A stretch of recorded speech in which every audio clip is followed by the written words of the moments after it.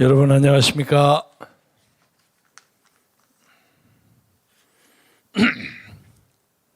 제가 아침에 일찍 일어나서 밥을 적당히 못 먹고 왔다 갔다 하다가 점심도 못 먹어서 훌쭉해서 왔는데 옆에 계신 분들이 저를 보고 헬스게졌다 그래서 밥이 참 중요하구나 하는 생각을 합니다. 오늘은 제주도의 4.3과 천안함의 4.6에 대해서 말씀드리겠습니다. 마침 이 제목이 4.3이 나와서 우리의 4.3은 무엇인가? 지난주에 어떤 신문에 제가 잘 아는 정치부 기자가 재밌는 글을 썼어요. 아름다운 복수는 없다. 복수에게는 아름다운 것이 없다는 거죠. 그런데 이 사람들은 가만히 보니까 복수의 면허증을 가지고 사는 것처럼 모든 정치를 복수를 위해서 사는 거야. 4년 내내. 이래가지고 어떻게 나라가 되겠느냐. 그래서 저는 이 기자의 말씀에 전폭적으로 동의합니다. 지금 제주도 4.3 사건에 대해서 바로 오늘 아침 문 대통령이 어디 가서 연설을 하는데 참 기가 찬 연설을 하셨습니다. 기가 찬 연설을 했어요. 그리고 엊그제 여야 합의하에 통과된 제주도 4.3 특별법 그것을 성실하게 실행하겠다고 약속하더라고요. 그 내용이 기가 찹니다. 그런데 국민의힘 국회의원들도 많이 참석했어요. 그나마 안 했던 사람이 무슨 김태흠 의원, 김웅 의원은 뭐 박대근 의원 이런 한 5명 정도가 반대하고 나머지 몇 사람은 기권하는 사람이 있습니다만 어떻게 여기를 국민의힘 국회의원들이 찬성할 수가 있습니까? 이건 말이 안 되는 거예요. 이 사람들이 역사의식이 있는지 없는지 모르겠어요. 요새 유명한 박아무개 여당 시장 후보가 하는 얘기가 정치적으로 미숙한 사람들을 비난했더라고요. 20대 30대 하는 사람들은 역사적 경험치가 짧아서 요새 돌아갔다. 아주 말을 잘 만들었어요. 그래서 나는 그 얘기에 그래 박영선 후보는 역사적 경험치가 많으신가? 묻고 싶어요. 박영선이라는 분을 제가 딱 한마디만 얘기하겠습니다. 얼마 전에 그 양반이 어디 가서 중대 발언을 했는데 대한민국이 어떤 나라냐? 위대한 나라다. 왜? 대한민국은 문재인이라는 사람을 보유하고 있기 때문에. 이야, 이거 기가 막혀. 대한민국은 문재인 보유국이라는 거예요. 예를 들자면 우리가 무슨 월드컵 대회가 막 벌어졌는데 그냥 공 잡았다만 빵빵 슈팅을 하는 뭐 손흥민이가 만약에 왔다 갔다 해서 뭐 출전을 하는데 우리 저 해설하는 사람들이 우리나라가 누굽니까? 손흥민 보유국입니다. 이러면 얘기가 어울리죠. 아니면 올림픽에서 무슨 체조를 하는데 뭐 소년아가 뭘 한다거나 무슨 김연이죠. 소년제 이런 사람이 나와서 우리나라가 누굽니까? 이런 보유국입니다. 한번 실감이 나는데 어떻게 국내외로 그렇게 비난과 불신을 당하고 있는 이 나라 대통령이 계신 것만으로도 부끄러운데 무슨 소리냐? 대한민국은 문재인 보유국이다. 이렇게 아첨식은 너무 지나치지 않는가?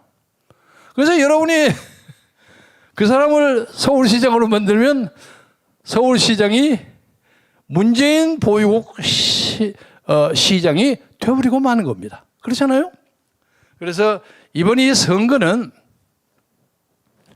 오늘 4월 3일 날 지금부터 오래전 1948년에 제주도에서 벌어졌던 그 불행한 사태를 가지고 많은 사람이 죽었습니다. 많은 사람이 죽고 억울한 사람도 있죠. 그런데 그 사람들에 대해서 특히 인민공화국을 지지하고 김일성이를 지지하고 김달삼이라는 사람의 선도로 거기서 인공길을 6개월이나 세웠던 사람, 그 사람들에게 잘 대접을 하겠다고 큰 소리로 꽝꽝 치는 그런 대통령이 있는 나라. 이게 그야말로 우리가 한 번도 경험하지 못했던 나라입니다. 그런데 이 대통령이 엊그저께 천안함 기념식에 가서 그 46명의 우리 애국자에 대해서 뭐라고 했습니까? 아무 말도 안 했죠. 그 어머니가 작년에 1년 전에 와서 슬그머니 그거 안 잡힌 게 다행이야. 그 양반도 상당히 재주가 좋아. 슬그머니 가서 대통령님 천안함은 누가 자초시켰습니까? 우리가 거짓말 할 수 없으니까 그냥 조용조용히 지나가는데 그것은 북한이 한 것으로 되어 있습니다. 이랬죠. 그러면 안 되죠.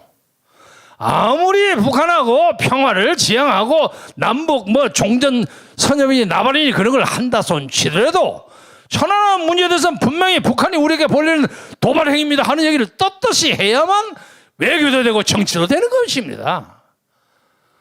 적어도 이 광경에서는 문재인은 그 천안함 용사의 어머님보다 훨씬 떨어지는 사람이에요. 역사식이 없어.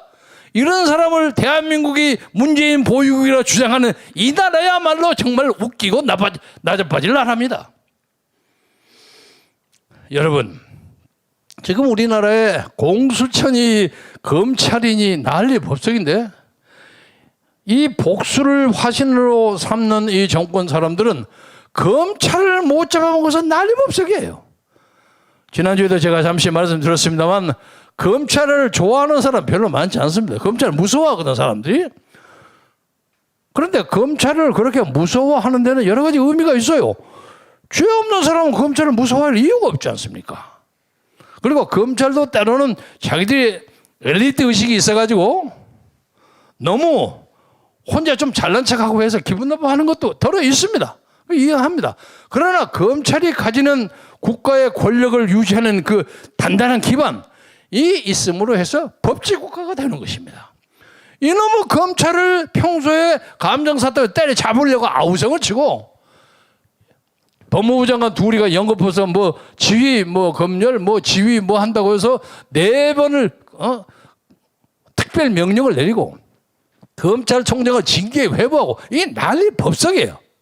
솔직하게 해서 물어보세요. 검찰을 돌아가면서 대한민국 검찰이 이 정권을 어떻게 생각하는가?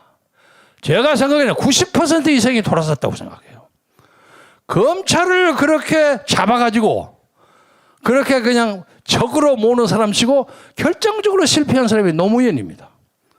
노무현이가 맨 처음에 검사와의 대화 이런 걸 하면서 딱 앉아서 그 옆에 자기가 직접 임명한 법무장관 강금실이가 탁 앉아 있었어요. 아주 여성스럽게 앉아 있었어요. 앉아 있었는데 그 검사들 제가 딱 현장에서 보니까 검사들의 질문이 좀 까다로워요. 까칠까칠해요. 좀 기분이 안 났단 모양이야. 그리고 강금실 장관이라는 사람이 그 검찰을 좀 확인을 했습니다만은 정통이 아니고 다른 데 가서 좌파 운동도 하고 어쩌고 했기 때문에 친근감이 좀 덜했단 말이야. 그래서 까칠까칠하게 질문하니까 노무현 대통령이 자존심이 많이 상하거든. 자, 이제 나하고 막론하는 거냐? 이런 식으로 싸움을 붙었어요. 이것이 노무현의 비극의 단초입니다. 검찰하고 그렇게 전면전을 붙은 어떤 사람도 이기지 못합니다. 검찰을 잘 다스려야죠. 그런데 검찰을 딱 제쳐버리고 공수처를 만들어가지고 공수처의 김진욱인가 하는 사람이 나서서 하는 걸 보니까 아주 볼만해요. 볼만해. 이성윤을 슬그머니 소환해서 근거를 내리지 않으려고 자기 관용차로 돌려가고 하는 것이 이게 무슨 마약 밀매하는 것도 이러질 않을 거야. 이거 좀 지나치지 않아요? 이래가지고 당면한 서울 시민의 선거에 표를 달라고 할 수가 있습니까? 하다못해 이낙연 전 대표나 김태년 대표 권한대행인가 이런 사람들은 그래도 체면이 있어서 고개는 막 숙이더라고요. 나는 그 사람들이 진심으로 사과했다고 생각하지 않습니다. 그러니까 좌우당간에 할 말 없으니까 할 말 없습니다. 죄송합니다. 좀 더 잘하겠습니다. 그 얘기는 뭐예요? 지금까지 잘못했습니다는 얘기하는 거 아닙니까? 지금까지 24번의 부동산 대책을 냈지만 전부 망했습니다. 잘못했습니다. 강남의 부자들 때려잡으려다가 국민 전체를 때려잡은 셈이 됐습니다. 부동산을 때려잡으려고 하다가 오히려 값을 50% 올렸습니다. 이 모든 것에 대해서 잘못했습니다. 그러면 그 잘못한 것에 대해서 진심으로 잘못한 뭔 근거를 내놓아야지. 말만 하면 무슨 소리 하고 나서 에이 내가 한 건에 했다. 이러고 지나갈 겁니다. 그러면 안 됩니다.